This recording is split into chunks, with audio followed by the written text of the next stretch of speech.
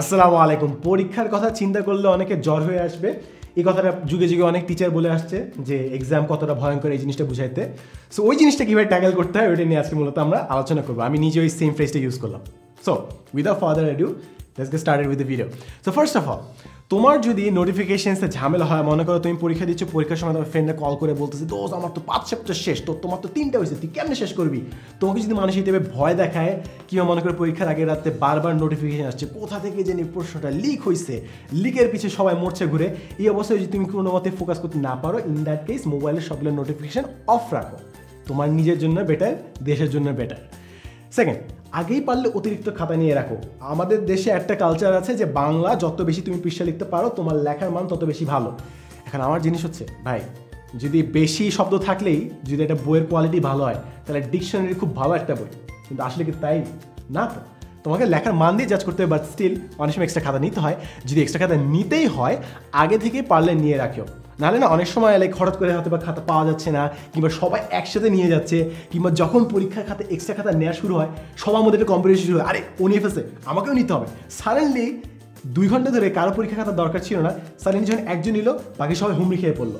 তাই আগে থেকে নিজে একটা এক্সট্রা পেজ নিয়ে চিল থাকো, রুটিনে ব্যাকআপ রাখো।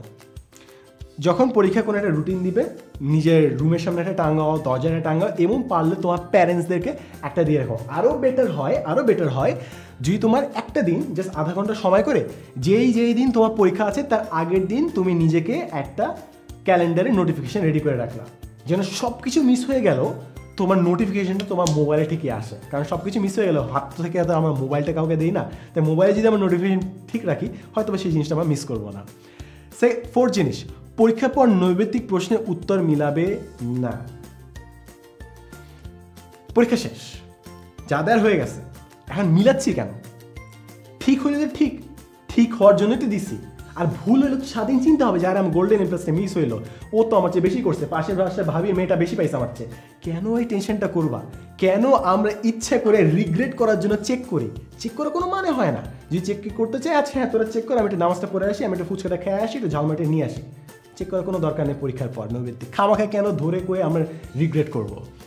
5th পয়েন্ট, একটি চেকলিস্ট বানিয়ে নাও যে প্রতিদিন তুমি কোন কোন জিনিস নিয়ে যাবা, কোন কোন জিনিস তোমার ইম্পর্টেন্ট, পরীক্ষার আগের দিন কোন কোন স্লট তোমার ফাঁকা রাখতে হবে, কিংবা হয়তো বা তোমার কোনো আঙ্কেল আন্টি আসছে পরীক্ষার আগের দিন, ওই স্লটে ওই দিন তুমি পড়তে পারবে না। এগুলো সব জিনিস চেকলিস্ট বানিয়ে রাখা যেন কোনো আনসার্টেন ইভেন্ট, আনএক্সপেক্টেড ইভেন্ট তোমাকে যেন থ্রু অফ না করতে পারে। 6th পয়েন্ট, ভবিষ্যৎ ভেবো।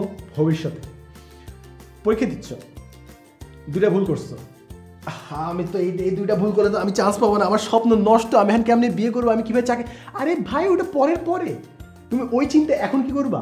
ওই চিন্তা বাকি পুরো লাইফ তুমি করতে পারবা। এখন তুমি যে কাজটা করতে পারবে সেটা হচ্ছে ঠিক মতো পরীক্ষা দিতে পারবা। তাই পরীক্ষা দেওয়ার সময় ভবিষ্যৎ নিয়ে চিন্তা করবা না। ভবিষ্যৎ চিন্তা করার সময় হচ্ছে পরীক্ষার হলের বাইরে, পরীক্ষা হলের ভিতরে করবা না, খালি তুমি নিজের টাইমটা নষ্ট করবা। এরপর 7th পয়েন্ট, হাসির শরবত ব্যবহার। ওইখানে যাচ্ছে পরীক্ষা হলে, সবাই সেই প্রিপারেশন নিয়ে একদম পুরো চুল টুল তেল দিয়ে আসছে, আসার সময় দেখছো রিক্সাতে বাপ মাস 2জন পড়াইতে আসছে, বহুত টেনশন, স্মাইল, আরে হ্যাঁ আসছে। একটা জিনিস মনে রাখবা, যারা পরীক্ষার আগে বেশি পড়ে হয়তো এটা হইতে পারে তারা সারা বছর কিচ্ছু পড়ে নাই, লাস্ট মোমেন্টে আর কোনো উপায় নাই, তারা পড়তেছে, ওদেরকে দেখে কখনো ভচকে যেও না। এও পারলে নিজেটা স্মাইল দেয়, তোমার স্মাইল দিয়ে ওরা একদম কাত হয়ে যাবে।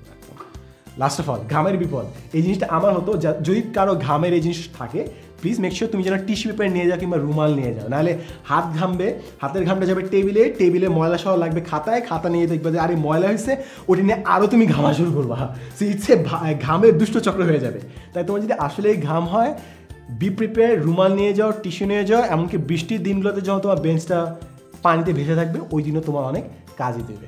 তাই পরীক্ষা জয়ের জন্য তোমার এই কয়টা জিনিস তুমি মেনটেন করো, তোমার অনেকগুলো জিনিস ইজিয়ার হয়ে যাবে। এবং ফাইনালি একটা পরীক্ষা, 2টা পরীক্ষা কিংবা একটা পরে এইচএসসি খারাপ হইলো দুনিয়া যে নষ্ট, মোটে এমনটা না। তুমি আশপাশে খুঁজলে এমন অনেক এক্সাম্পল পাবা যারা এগুলো পরীক্ষা না দিয়ে, ইউনিভার্সিটি না পড়েও অনেক ভালো কাজ করতেছে। তাই কখন এটা ভাবে না যে ভাই আমার পরীক্ষা খারাপ হয়েছে যেন জীবন নষ্ট হয়েছে, ডাজন্ট মিন অ্যাট অল।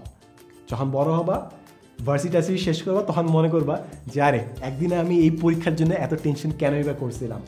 যখন বড় হয় সবার এই জিনিসটা মনে হয়, হয়তো বা তোমার এখনো মনে হচ্ছে না, বাট বিশ্বাস রাখো এটা অত বড় জিনিস না। সব সিরিয়াসের সাথে পরীক্ষা দাও, বাট টেনশনটা দূরে রাখো, লাইফের বছরগুলো নষ্ট করিও না, তোমার সামনে অনেক দিন পার হয়ে যাবে, তুমি অনেক কিছু করতে পারবা। I wish you all the best, and as always thanks for watching.